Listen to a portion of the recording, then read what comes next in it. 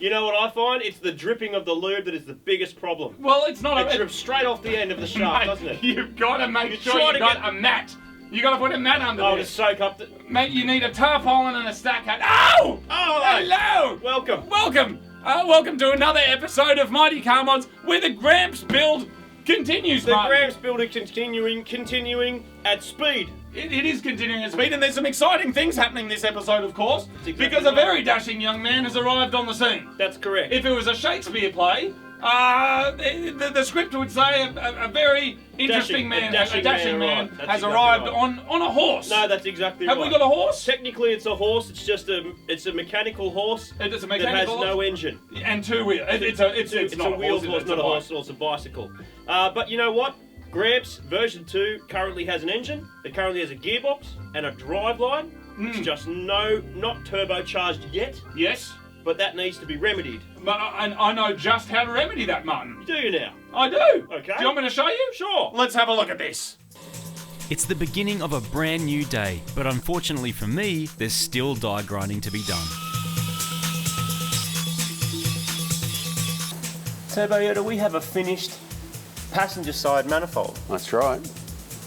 So now we've got to basically replicate the same thing on this driver's side.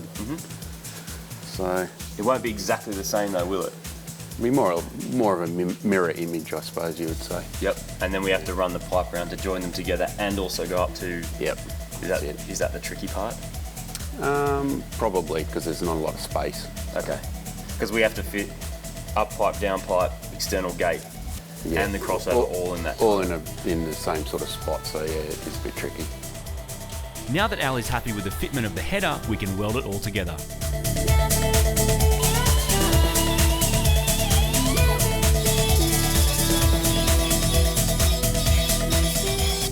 So the difficulty is that you're going to try and make them look the same, which is sort of takes a bit more effort. Where we're merging, you know how we're going into the side of here? Yep. Does the angle make a difference? Because I mean, on the MX-5, it was, I mean, log manifolds, they have opposing ones and stuff. How does it affect the performance? Do you know? It's not really going to make much difference in this case because it's basically still a turbo manifold. If we were making an NA manifold where we wanted to tune the headers to engine speed and where the power was coming in, then we would use a 3-into-1 collector probably with a spike up the centre of the collector and that sort of thing, and the runners would be longer. But that's not what we're doing. We're making a turbo manifold. So just get the gas into the turbo, right? Exactly. Just get it in there that's any way the you main thing. Cool. Let's weld some stuff. Okay. Al is using the same collection of bends to make the second manifold, but still has to check it during the process to make sure it clears all the surrounding components on the car. It's tacked and checked each time it's cut or welded, as the metal can move as it heats up and cools down. There are many different grades of stainless steel you can use in an install like this, from the most basic quality up to food grade and beyond. The price jumps considerably when you're able to eat off it. Stainless is hard and fairly brittle, but welds easily with the right tools.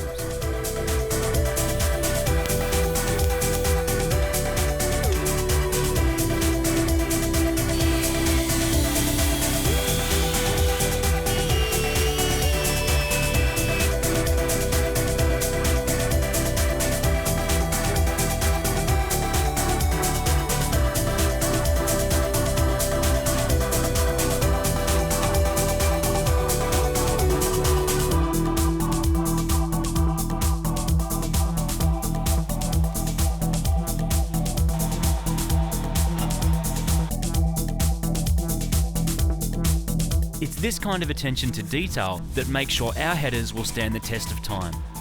The challenge is getting the headers as far away as possible from the sway bar and crossmember while still tucking them up neatly under the car so they don't collect things on the road.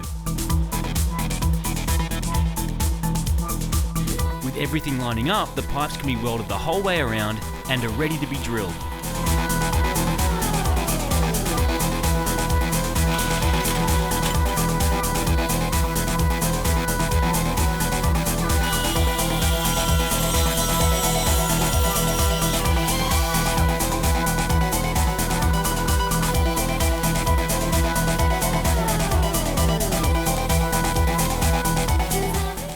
a TIG welder with a water-cooled torch set to DC and pulse. Al varies the amperage using the foot pedal to control the size of the arc and the amount of heat going into the pipes. He then adds filler rod to complete the joint. Your turn. For what? Grindy time.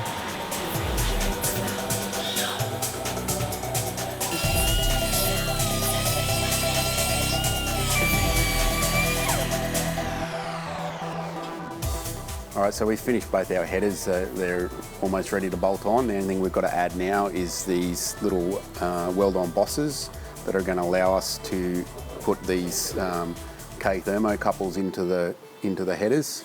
That's going to go into a thermocouple box that will then communicate with the ECU on the CAN system. This is going to allow Scotty the tuner to see individual cylinder temperatures, which will help in getting the tune exactly right. So we're going to weld those on, obviously drill a hole into the pipe. This will then protrude through there. There's a locking collar that goes on here, and we just tighten them down, and that's going to give an accurate exhaust outlet temperature. And there's one on each cylinder is the idea, Yeah, right? So that's we have right. to drill that into our headers. Yep. Where do we position them? Wherever they'll fit, but an inch away from the exhaust port.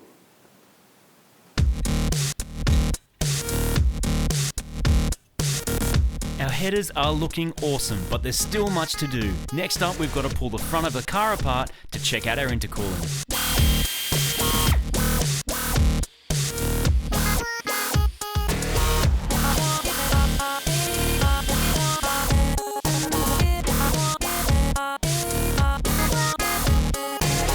What we might do is, instead of running a silicon bend on the end of the cooler tanks, we might actually weld a mandrel alloy bend onto it. That'll make it a bit tighter radius, and we'll be able to retain the brackets for the fog lights. Normally we would take this Rio off and get rid of it completely and replace it with an intercooler, but as we'd like to retain the fog lights, we need to keep these ends. If we keep these ends, it's very hard to fit silicon through the corners without the silicon rubbing on sharp edges and things and cutting holes in it. So we might use solid pipe instead.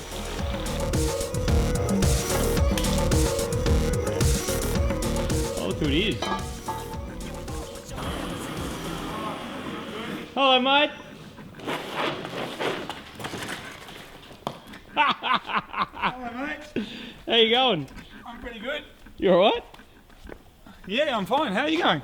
What? Hello, mate. Didn't you fly here? Why you want to push it? That's a long story, Martin. A long story. What's But in... I have got a sack full of awesomeness that I'm just going to cover you with. Really? It's just going to be unreal. How's it going? Good, man. We've got like some bits done, like you know, started manifolds and brakes and swapped engines and things. Nothing we haven't done before. You've been busy, Martin. Very. Martin, I've been busy too. Yeah. Inside this bag is You're all under the- a Nissan, by the way. Yes, it's a good place to. Oh, it's not the best place to be. Martin, are you ready? Yes. It's like Christmas when it's June. not December. I've got some awesome stuff here, Martin. What? Some dirty pants, some fans, lots of Haltech stuff, Yep. ECU. There's a Castrol water bottle in case we get thirsty. More Haltech stuff. When things get really exciting, Martin. Oh, what? I saw something. Look what I've got you. Now the good people at Garrett have supplied us a GTX 76 turbo, Martin. Look at it. That's, That is V-band. you on know there. what that is, don't you, Martin? Yeah. That's got a V-band housing as well. That is about as good as it gets. And that is what is going to make old Gramps here go choo-chooing all the way down the quarter mile at 11 seconds. man. Hello. And there's lots of other stuff in there as well, Martin. Lots of treats. So that stuff there is ready to install, and we can choo-choo our way to paradise. So happy Christmas, Martin. You smashed it. Thanks, Martin. Let's put it in. We'll install this stuff in the car. Marty, it's pretty awesome to see like a brand new engine in Gramps, isn't it? Yeah. Like this is not just Viagra. This is a penis transplant. This is isn't it? like replacing all your gear. Yeah, like if you're an old fella and you're kind of leaking stuff out, a bit of clear fluid, a bit of brown fluid, and then you just get a complete transplant. Exactly, Just like like everything new fluids. Yep. A couple of young gentlemen come and replace all your gear in the workshop. And double the size, isn't it? Almost, yeah. 3.6 litres up from, well, Gramps is 2. Gramps is 2 originally, this Gramps version 2 shell was a 2.5 litre NA, but yeah, the Gramps that we've been cruising around is a 2 litre turbo. That's amazing. Yeah, and it's all new, man. Like, there's so much new technology, like variable valve and... And the brakes, Marty, the brakes look like they're brand new as well. They are. Yeah, they're brand new Brembos off an STI. So yeah, and it's just, it all fits. That's the bit we can't get over. Like, we're here just going, thunk, engine in. Wow, that's so cool. That's unreal. Are you aware of this, in this configuration with that turbo and what we're going to do in this car, are you aware of that existing anywhere else? I haven't done lots and lots of research, but I know there's a couple of people getting around with these EZ motors, so like the EZ30, which is the 3 litre one. It's been around for But not this guy from a Tribeca in a Gramps. No Tribeca motors in a Gramps that I know of, not with a big, awesome Garrett sitting on it, and a Haltech running it with filled full of, it's just going to be good. Yeah, it's going to be unreal. I haven't been this excited about a car for a while. Like MX-5, I know I shit on about it, but it's all custom. This is like next level. It is. And so what's your plan for today, Martin? Well, we've got the headers done. We spent a bit of time yesterday fiddling around with the headers to get them fitted. Now we've got to join that up at both sides, come up here at the gearbox, and then find a spot for the turbo. All right, well, while you do that, I will work with the Dose Vader, and we will do some cooling. We've got to get some fanage on the front, and then a front mount and some piping.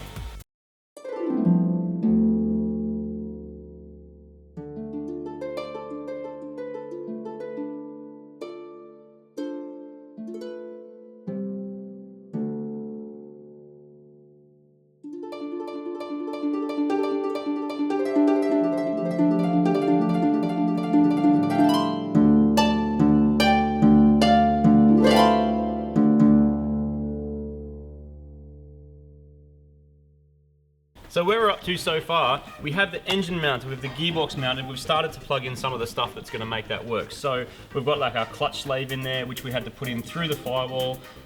We've got our power steering reservoir and the lines that Dose Vader made up to make that fit. There's a few things we haven't got yet, stuff like aircon, which we're not going to worry about for the minute. We've got a new fuel filter on here, we're going to have to run fuel lines, but we can't do any of that until we start to plumb in turbo bits, because that's going to dictate where everything else fits around it. And once the turbo bits are on, then we can wire it up, and that's when stuff gets really exciting.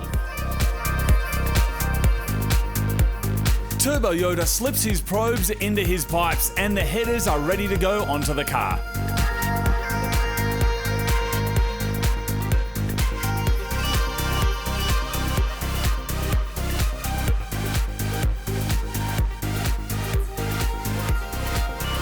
This is what makes time travel and power possible. And it's got its awesome V-band on the end, so that'll get clamped on, and that'll go up onto the head. We've got our exhaust gas temperature ports there ready to go. It's gonna be so mad. I'm really excited.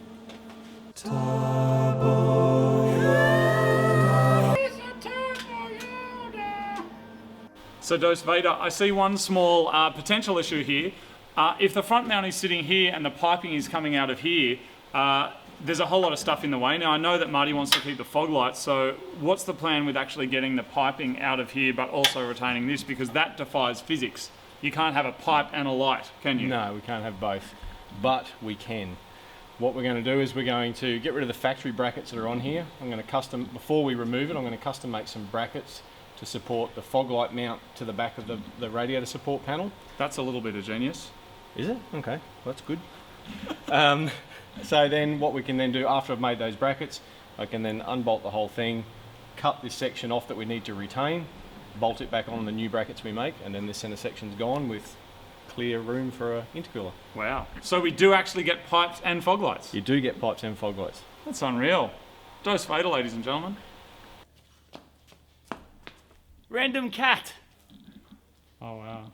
It's almost it's the wife of Gramps, isn't it? Really? Have you seen the inside yet? The inside of Gramps. Yeah. Which Gramps? This one. This Gramps? Yeah. No? Why? Just come with for a second, because I think you need to What's see. wrong with it? No, there's nothing wrong. I'm just curious to. Oh! What have you done to it? It's so bad. What have you done? Just. Oh! Just. Hold on, man. I can't go in there. What have you done to it? I haven't done it. This is how I got it. Why does it smell like that? I don't know, but it's... Oh, It won't take you long to figure out what it is. oh God. I actually feel sick, Martin. This is disgusting. Bad, isn't it?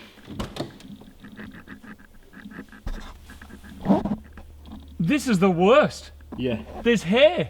Heaps of hair. It's Have not, you seen all the cigarette ash and smoke and stuff yet? Look This in the is look in the disgusting. door handle. but what's dead in there, Martin? I don't know.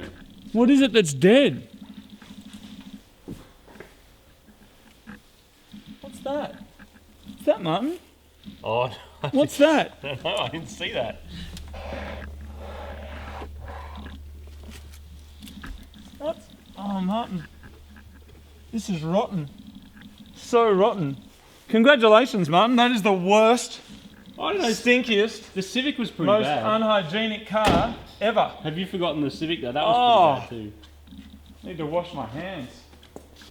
Now, because this engine is so massive, there's actually no room for a fan in the usual location. So instead of this normally sitting on that side and sucking air through, we're going to be putting it on the outside over here, and it's going to be blowing air through. Now, the intercooler is going to be running along here, so it's going to be blowing air through the radiator and sucking air through our mad black intercooler, which is a double efficient win.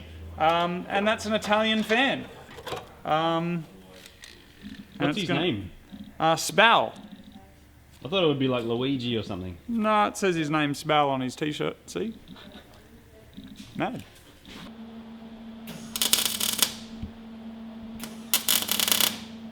I was saying before about how our engine's new. Like this is different to what we've done before because this engine is not 10 years old or 20 years old. It's 3 years old. Yeah. And it's quite new. So we need some way to control it and manage it because I don't want to have an engine that's going to blow up in 6 months' time. Well, not many people do they, Marty? Hence, why we've got Haltech, who is, they're running the whole show, aren't they? They are like the Wizard of Oz, except they actually have magical powers. So Yeah.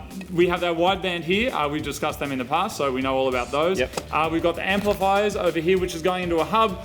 Do you want to show us how that connects up, Marty? Exactly. So these are the exhaust gas temperature things we were talking about before. Yep. But they need to send it into a box, which is this thing, which amplifies the signal and sends it down a thing called CAN bus. And CAN bus is cool. It's in lots of modern cars. It's kind of like a network. Yeah, it's like your car being run by the internet, really. A local area network. Exactly. Yeah. A local area, yeah, something like that. Anyway, so you need a hub to plug that into. So basically, that's like a little central brain that all these inputs go into, and then we send that into the ECU. And then from there, Martin, all of those inputs are displayed on this dash, which is the same dash that we were running on our little Daihatsu show car, Yep. except we have a lot more inputs now because there's going to be a lot more sensors, obviously, because we've got a whole lot more stuff that's going on in the engine. Exactly. So that's really good because that, along with the wideband, is going to be able to give us heaps of information, heaps of display data, so we don't blow the thing up while we're drag racing Lamborghinis. Exactly, because I mean, if you just were to use the stock dials, all you get is, you know, the basic stuff. You get a tacho, you get speed, and a couple of warning lights. But we're going to have like a lot. We've got temperatures of every cylinder. We'll have oil pressure and air temperature and all this stuff, which will be great to know what's going on because it will be tuned fairly close to its limit. But that's what's possible when you have good Yeah, gear. So- and I think that it's important to make sure that, in a way, it's like you can get excited about turbos, you can get excited about engines, except that stuff is prone to blow if this stuff isn't doing its job. So in a way, while this might seem a bit techie, it's actually the most important part of the build because it's the brain that's telling everything else what to do. Exactly. And this is a pretty extreme build. Like, this is not something that we've done before. No. You know, us, Turbo Yoda, Dose Vader, like a massive engine from a Tribeca in a Gramps. Yeah. Like, it's pretty exciting. And you got to push it. I mean, that's part of the fun. That's what I was so excited about. Like, it's next level, and it's really cool to be able to do it all. Yeah. Awesome, man. I'm excited. Now you just have to put it in. Yeah. Like, Oh, I'll bring this.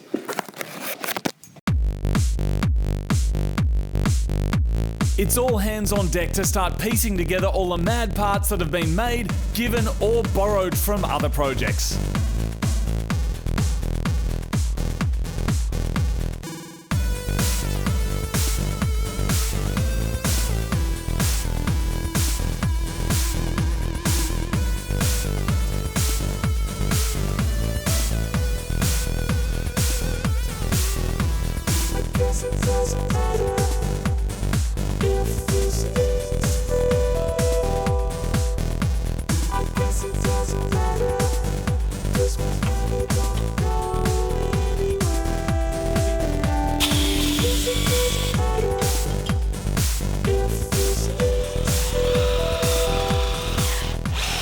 This is what we use when we're attaching things to panels, because it's a lot easier than trying to nut and bolt something, and a lot easier than trying to weld a nut on. So it's like a pot rivet. It goes in a pot rivet gun. We drill a hole for it to fit into. We screw it onto the special tool. It goes in the hole. Squeeze the lever. And screw it out. Next to our Christmas tree or step drill, this is our favourite tool. Dose Fader shows off his nutserts, while Marty makes stuff more black and I eat some meat. Oh, this is good. That tastes better than tofu, doesn't it? It does. And I've never eaten tofu, and I know it tastes better. That's delicious. Turbo Yoda has a $50 a week jerky habit. That's how he gets his rehab soon. Sounds That's rude. where he gets his skills from. Does all meat taste this good? It does. Is this what meat tastes like? You're missing out. Powered by jerky. Wow. All right. Well, I'm just gonna over there. I mean, put the jerk off. I'm gonna put that bag of jerky over there, and now I'm gonna put this VTech fan on this weapon. Delicious, isn't it? Something very satisfying about doing that, isn't there?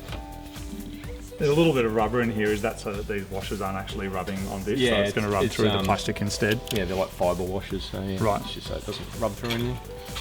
Hopefully.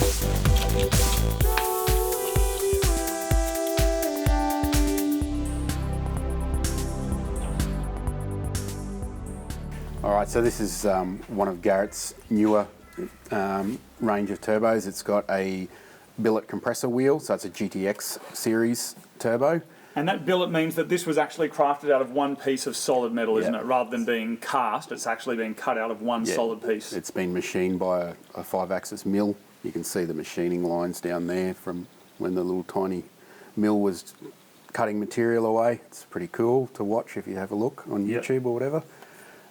So this is your old 76mm compressor. As you can see, it's quite a lot of difference. One of the big differences is, obviously that's a cast wheel. The other difference is it's got half blades, full blades and half blades. Which means Turbo Yoda, that'd actually be, by the looks of it, it looks like 30 to 40% more Yeah. surface area than this. That's right, and more surface areas where they're getting extra airflow capability from it. So the other thing, why they get more airflow out of the same size is what's called extended tips. You can see that tip extends away from the base.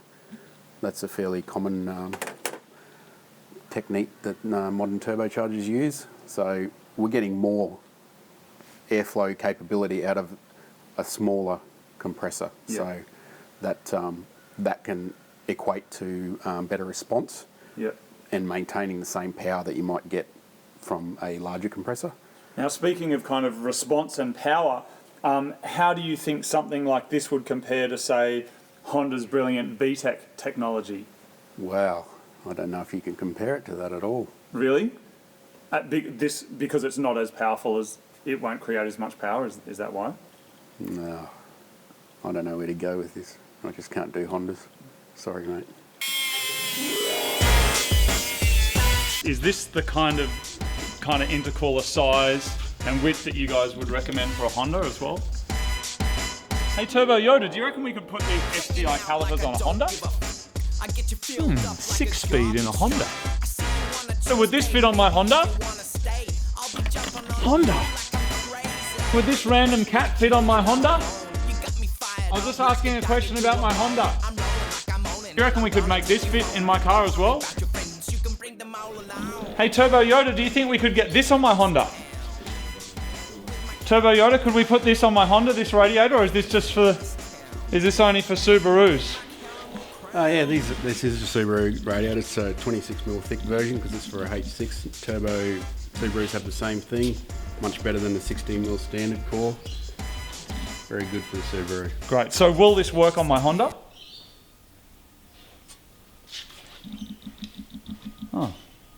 Now there's been a bit of talk about how we best mount this and the placement in the bay there. Yep. Can you run me through your thoughts and spiritual philosophies? All right.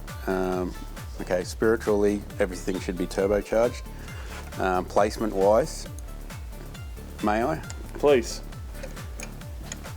We're going to put it in the engine bay as we would with most Subarus in a twist-mounted fashion. It is so much bigger than a TD04 and TD05, isn't it? It is. It's just a monster. Is that where it's going to sit like that? It's going to be pretty much like that, yeah. Oh, I love that. So our up pipe comes in around down behind the steering rack, in between the chassis rail and the steering column. Are there going to be any challenges in actually getting the pipework up here? No, it seems to be like it's going to work out all right. We've already sort of scoped it out already, Yep. and I think it's going to work okay. Okay. So we've got a bit of room, should be fine.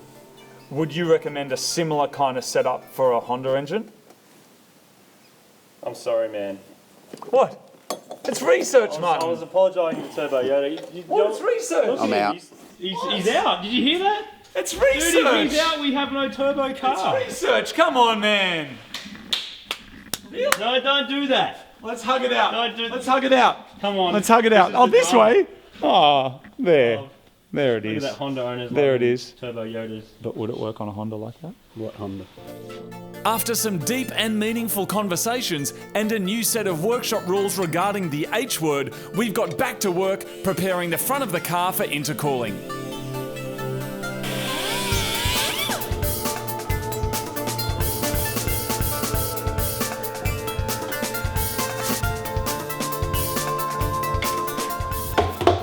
Hey, that's my snorkus. You just Snorkus? Yeah, that's a snorkus. A snorkus? I don't like that word. That thing's known as The a word snorkus. snorkus. I don't like it. It makes me... Snorkectomy.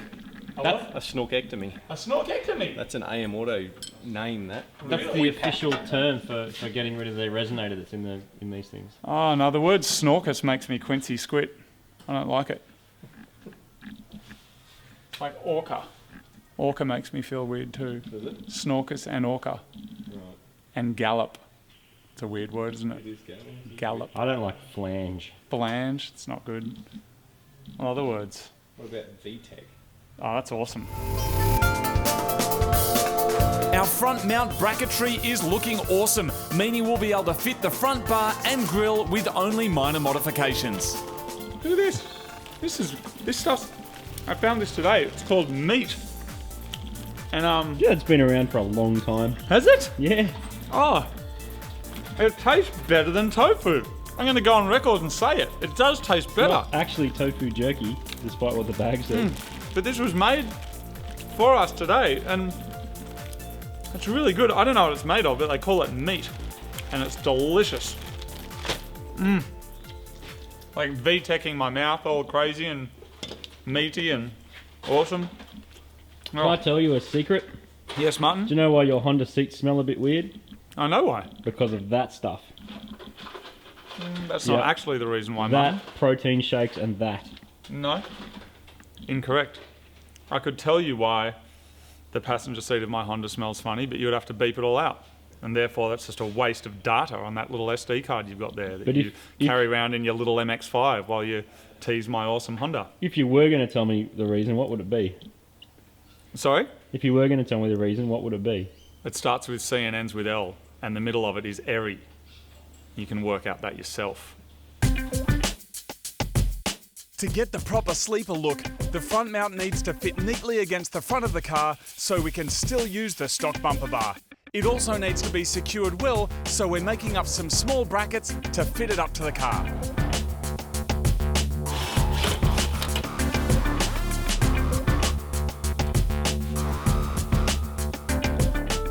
Now, this kind of engine from a Tribeca was never originally meant to be turbocharged and, fly down a quarter mile chasing some supercars. In fact, they'll be chasing us. So, because of that, we need an oil that is not weak, we need an oil that is strong. Now, the thing is, over the last 10 years, the kind of pressures that have been exerted in engines as they get more powerful and more efficient is double what it was 10 years ago. And we're talking, in some cases, around 10,000 kilos worth of pressure per square centimetre. That's the equivalent of holding 6 of these Gramps on the end of your little finger. It's just, I mean, it's crazy to even get your head around it. Now, oil, of course, is what's going to reduce the friction. It's going to keep the longevity of your engine so you can pump it down the drag strip more often without blowing things up. It is the lifeblood, and so when we're doing extreme applications like this, Castrol Edge, we've checked the Castrol user guide there, and for the Tribeca engine we've got to put in about 6.5 litres, and to do that we're using this amazing invention credited to Mechanical Stick from Ichiban, which is just the oil filler cap attached to a funnel. It's absolutely brilliant. So now the oil goes in. So good, Martin. It's like caramel sauce, isn't it? Now I've got to get another one from down here and put in another 1.5 litres. Start checking that dipstick. That's right. We'll be doing a full episode focusing on all the fluids for the car once we're back in Sydney. So Marty, do you really reckon we're going to do 11s in this brick? Like, I reckon if we're doing some crazy Honda build, I think like we'd get there. You know that, don't you? Well, I don't know. There's a bit of a recipe with Subarus. That was always the thing. It's like put a 2 litre E85, heaps of boost, and go. And that was totally. But we haven't done that recipe, Martin. We're baking our own cake. Yeah, I know. Stirring it around with our bits and. Yeah, well, it's also the fact that that's tried and tested. We know people like Mechanical Stick's car does 11.5 all day long on the 2 litre engine, and that's, you know, so it was kind of the idea of this is to do something that's a bit more wild, a bit more extreme, but still end up with a car that's not useless. Well, I mean, look, because if you want a useless car, you do up a Honda. Okay, that's rude. Look, obviously the engine is capable of it. The turbo is capable of it. We're going to be running all the mad Castrol Edge in it. So it's like everything that's meant to be there is going to be done. It's just a matter of whether we can actually get that power to the ground without breaking stuff, you know? Because this Tribeca engine is not meant to be beating a Ferrari down a quarter mile. It's not meant to have boost. But so that's one thing. Like, and you know, we were talking about with Turbocharger about, you know, the rods aren't made for it. And there's all this speculation out there about whether these engines can do it, and that's part of the reason of having all this good management stuff is just to like intelligently manage it so it doesn't explode. And well, hopefully that's what the Haltech is looking into. That we can organise some kind of cut-off or some kind of limp mode before it actually blows up. You know, safety features like all pressure, and if something's getting too hot, you know, you can turn it down. So, getting into the 11s, I'm pretty much on the fence. Like, I reckon it's not impossible. Well, we don't really have a choice. Like, this is the 11 second. Like, we have to get there.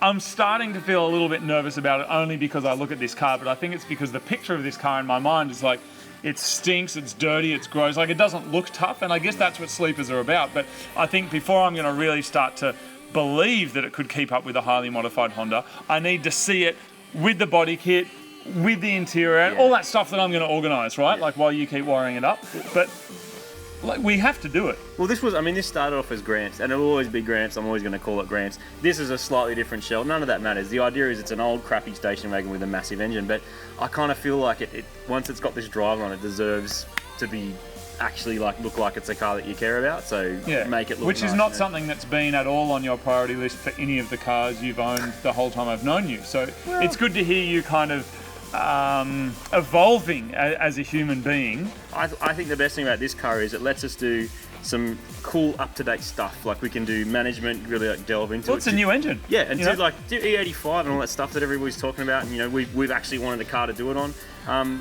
But it will still, as a road car, I think it's really important that you don't ruin a car. Like MX-5, you know, it's got coilovers on 90% of roads. Well, I mean, that was ruined from the factory though. So but 90% like of roads, 90% of roads, ruin it. It's a decent car. I mean, whereas a Honda, like, immediately from the factory you get it. I'm not going to get into that, but we know that they already feel great. Yeah, if you want a car, you can't do MX-5s are just rubbish, aren't they? Some MX-5s might be rubbish, but mine isn't. But I think as a road car, it's going to have all those good things about Subaru that we love. You've had a Forester, you know what it's like. You know, something that you can still practical, but it will be fast and it's going to be unique. So yeah, fingers crossed. If it all works, man. We can hypothesize all we like. I'm not really going to be happy until this goes down the quarter mile faster than an R35 GTR. Like we can that's a big call. We can be talking Lambos, we can be talking all that stuff and 911s. Whatever. I don't really care about that. It's like the score to settle is against a GTR. That's really I know, but that's what this is about. This is not called let's make a Subaru wagon a bit faster than an SS Ute. This is the supercar Subaru. This is why all these great people. It's why Haltech, GFB, Castrol Edge. You know, it's why all these people have come on board to help us with this. And Garrett, of course, it's to make a fast car, man. It's like, don't be scared. I feel your fear. I can smell it coming out. I smell it from your nether regions. It's the same feeling, the same smell that I've smelt in some of your cars when you're all scared. We might have some pretty cool parts. It's still a budget build, man. This is not something that's got like, $100,000. Yeah, of course it's not. But we're going to do it. How much does a GTR cost? Oh, 150 or maybe like 40 in America, but do it like less than 10% of that. Yeah, I know, but we're going to do it. Look, I'll be That's happy what this if we get project close. is about. I'm quietly confident we'll get into 11s. Don't. Just, GTRs is oh, did you say you'll be confident we get an 11s? Yeah. That's all I want to hear. 11.99 for all I care, but this is an 11-second build. If we don't get in the 11s, we start again with the Honda or with something fast, something good, we have to get into the 11. So ultimately, we try and do it with this. If we don't, we start working on another car and we keep going till we get there. I think we should agree on that. Can it not Don't be you? Can the Honda be something else? Well, I don't want to ruin it by making it, Ruin it? Yeah. Well, the Honda can be whatever. Forget the Honda. I know it's stuck in your head because it's a beautiful piece of engineering, but forget the Honda. If this doesn't get in the 11s, something else has to. We've got to do it. We've got to commit to actually doing it. At some point, we will have a car in the 11s. This I'm car, confident Martin. it will be Just this commit. car. Okay, good. Okay. And we're committing to Yes. that? Awesome. Well, we've just been talking for the last few minutes. There's nothing to talk about. We're going to get it in the 11s. That's it. I love it so much. What a mad car. It is awesome. Yeah. It's good. All right, Martin. Well, I guess I got a bit of a ride ahead of me. You can I'll get leave an that aeroplane there. or you can drive a car. Aeroplanes, You can Martin, even get they're a bus. boring. I guess that's that. So bad, man. It's bad, isn't it? I can actually smell it, like standing this far away, I can smell it.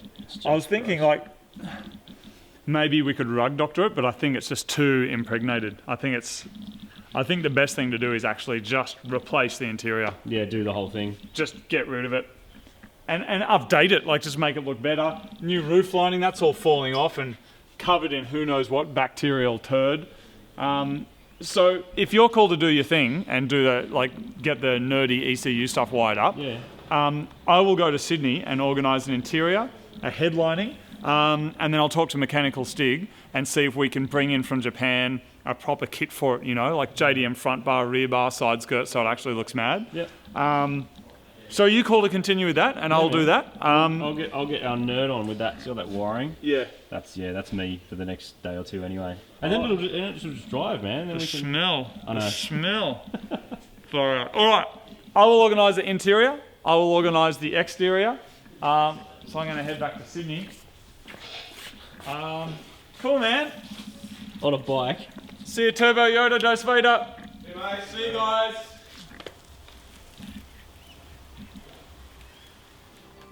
Now, Marty, if there's one thing I don't like, Yes, mate. it's when you get inside, you Yeah. open it up, and inside it's stinky.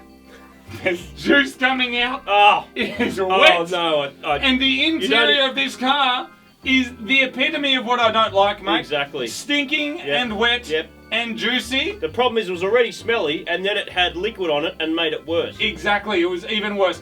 Am I correct in saying, Martin, that somebody has used the door handle as an ashtray? I would actually say they've used the entire car as an ashtray. That is mate. revolting, Martin. It is absolutely revolting. So, Martin, here's where I'm going to have to leave you, mate. I'm Okay. going to have to leave you up here to do what you do best. Yep. Spin the thing, press the thing, and pump the thing. Yep. I'm going to get back down to Sydney. Okay. And I'm going to organise a new interior for this car. Right. Because it needs it. Mechanical Stig, he's all over it. I'm going to get on the phone. So I'm going to have to leave you up here for the next couple by yourself. Do you think you can handle the power? You know what? I think I can handle that. I think there'll be a lot of fabrication, and I think there'll be a lot of nerdy discussion, which I personally am rather chuffed about. Yes, and I'm quite partial to a conversation also. But I think between you, Dose Vader, and... Who? Turbo Yoda? Yes. Dose Vader and Turbo Yoda? Yes. And myself? Yes. Yes. Is there somebody missing that I should be aware of? Between the three of you, I think you're going to have a very interesting time, and by the time you spend another couple of days there, I'm going to have a new interior, maybe even some new body parts from the land of the rising sun. Brilliant!